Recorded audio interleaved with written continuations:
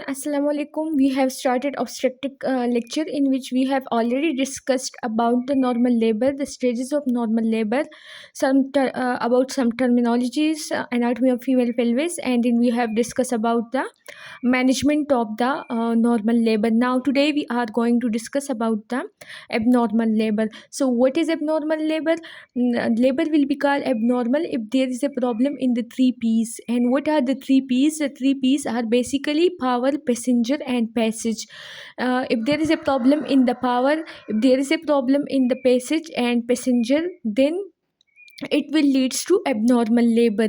Now the problem in power can occur. What problem in the power can occur?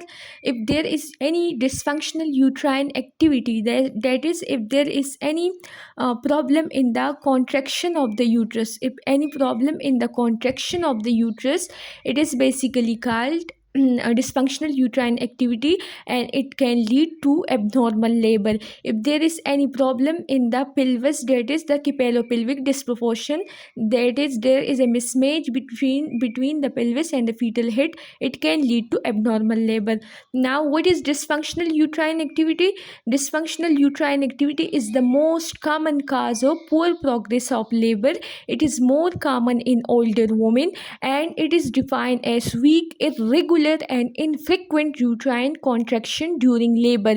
When the contraction of the uterus during labor are weak and infrequent, it can lead to poor progress in the labor. It will lead to poor progress in the labor. How we are going to diagnose dysfunctional uterine activity?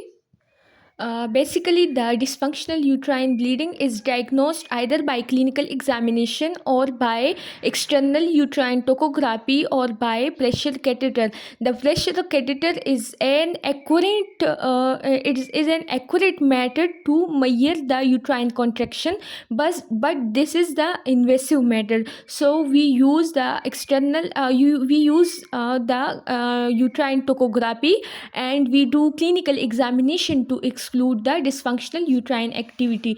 If the progress is suspected, if poor progress is suspected, then we do vaginal examination after every 2 hours. Normally in the labor we do vaginal examination after every 4 hours, but if there is poor progress or prolonged labor, then we do after every 2 hours. Or if the contraction of the uterus are weak and infrequent, then this weak contraction can cause poor progress of the labor and can lead to prolonged labor. So in that case we will do vaginal examination after every 2 hours.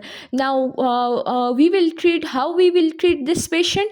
If delay is confirmed by clinical examination or by external topography, then if the amniotic membranes of the woman are not ruptured spontaneously, then we will offer artificial rupture of membrane. In artificial rupture of membrane, we do amniotomy. Amniotomy is basically giving an incision artificially in the amniotic membrane. In the amniotomy, we use an amniotic membrane scissor. There is a special scissor used for the amniotomy procedure, in which an incision is made in the amniotic membrane, and thus this procedure is called artificial rupture of membrane. If after artificial rupture of membrane we will wait for 2 hours, if again there is poor progress, then we will take advice from an obstetrician, and we will infuse the oxytocin drip to the patient, and this oxytocin will increase the uterine contractions. This oxytocin can increase the contraction, but we will initially start the oxytocin at a slow rate, and then will increase the infusion every 30 minutes. After every 30 minutes we will increase the infusion. Frequent strong contraction, why we have to we have to give oxytocin if there is dysfunctional uterine contraction, but the oxytocin increase the uterine contraction, and we know that when the uterine contraction increases, then the blood supply of the placenta decreases, due to which fetal hypoxia or compromise can occur. During contraction, um, blood supply to placenta, blood supply of placenta decreases, due to which hypoxia of fetus occur. Hypoxia of fetus, and this is called fetal compromise. So to prevent this fetal compromise, if we use oxytocin drip, we have to monitor the fetus continuously by a CTG. We have to continuously monitor the fetus during labor by CTG, and this continuous monitoring is called electronic fetal monitoring.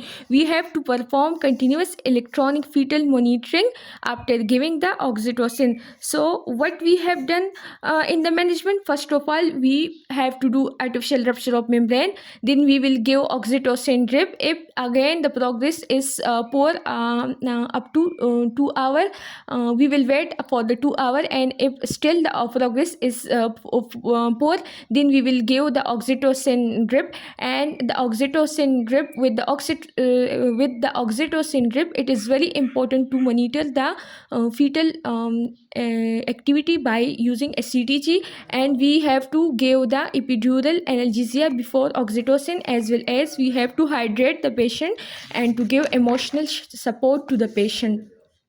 In multifera, usually contractions are not poor. If the uterine contraction are poor in the multifera, then we will exclude some other diagnoses, which are malpositioning, malposition, malpresentation, and obstructed labor. In multifera, it is very unusual that the prolonged labor is due to poor uterine contraction. So we have to exclude other diagnoses like malposition, malpresentation, and obstructed labor.